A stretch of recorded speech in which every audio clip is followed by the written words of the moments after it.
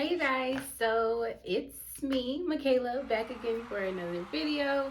I definitely was in my A last week. The world is crazy, we know this.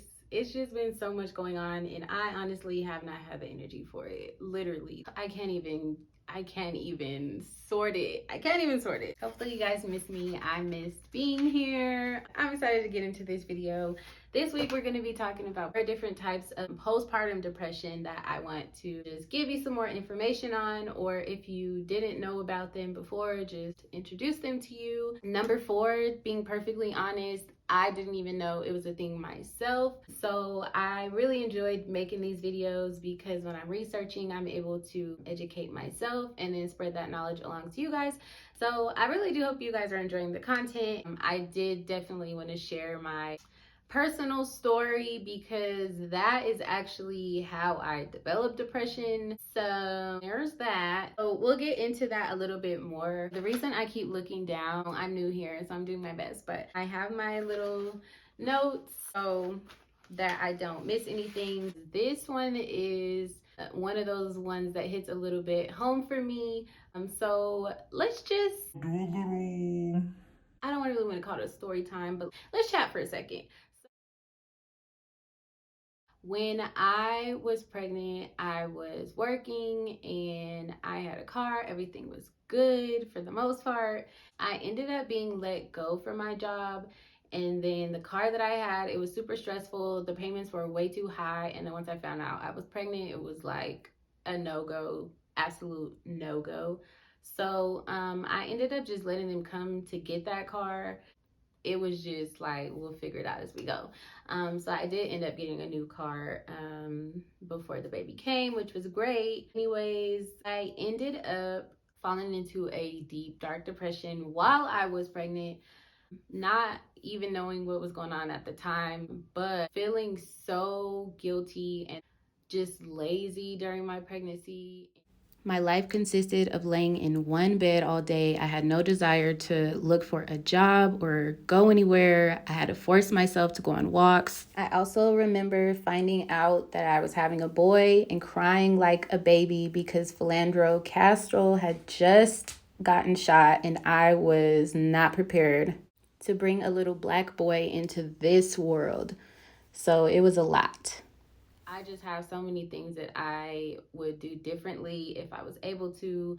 I just wanted to kind of throw that in there because that's basically why I created this channel, to get really deep and dirty and just whatever the case may be. So that being said, let's just get into the 4 types of postpartum depression. Baby blues, which is the most common. So let's get into these notes. It's the mildest form of postpartum depression. It can last anywhere from a few days up until 2 weeks. Symptoms for baby blues are kind of similar to just like regular depression. They're just a bit milder.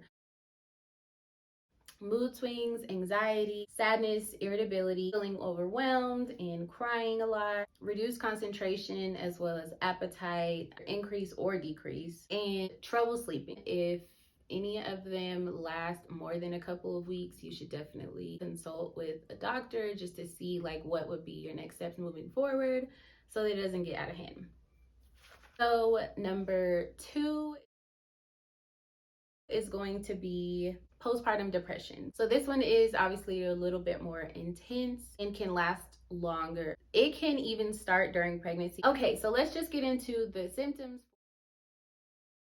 The first one is going to be obviously a depressed mood swings as well. And you can also have difficulty bonding with your baby, excessive crying, withdrawing from family and friends, increased or decreased appetite, insomnia or excessive sleeping, overwhelming fatigue, reduced interest in hobbies, intense irritability and anger, restless, hopelessness, feeling inadequate, fuzzy brain, severe anxiety and panic attacks, and thoughts of harm to you or your baby.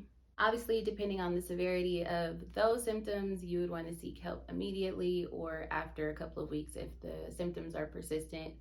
Okay, and number 3 It's going to be postpartum psychosis. It's more rare. This one, it can develop either within the first week or up to 3 months postpartum. Postpartum psychosis, you lose touch with reality. So you basically have a psychotic break. You may have audio hallucinations, so you're basically hearing voices that are not there. In some cases, more rare, there are visual hallucinations as well. Other signs or symptoms may be pacing, strange behavior, confusion, disorientation, excessive energy, agitation, obsessive thoughts about your baby, paranoia, sleep disturbances, or attempts to harm your baby or yourself. So obviously these symptoms are a little bit more severe, so I would definitely suggest seeking help as you're noticing any of these. And then number 4, paternal postpartum depression. So this is obviously when the father is experiencing postpartum depression.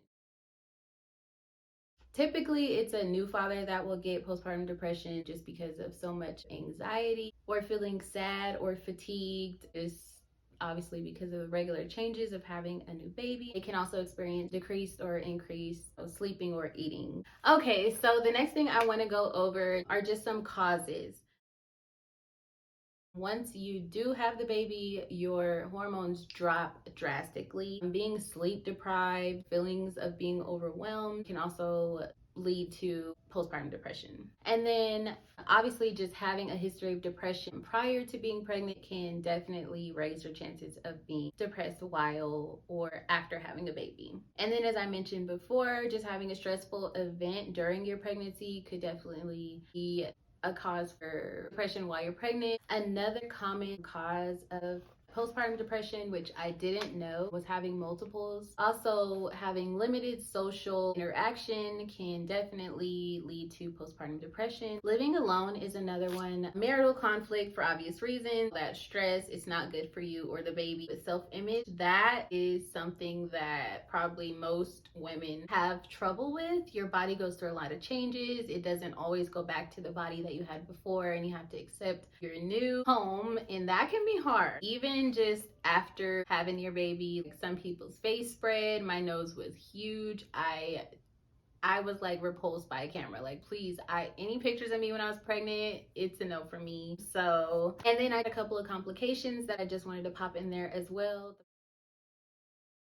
The first one I already mentioned, which is if it goes untreated, it can turn to chronic depression. The second one being related to the child. Children of mothers with postpartum depression are more likely to experience eating or sleeping problems, cry more, and have speech development issues as well. I hope you enjoyed this video. Thank you so much for watching. If you made it to the end, you might as well subscribe if you haven't already. Anyways, I will catch you guys in the next one.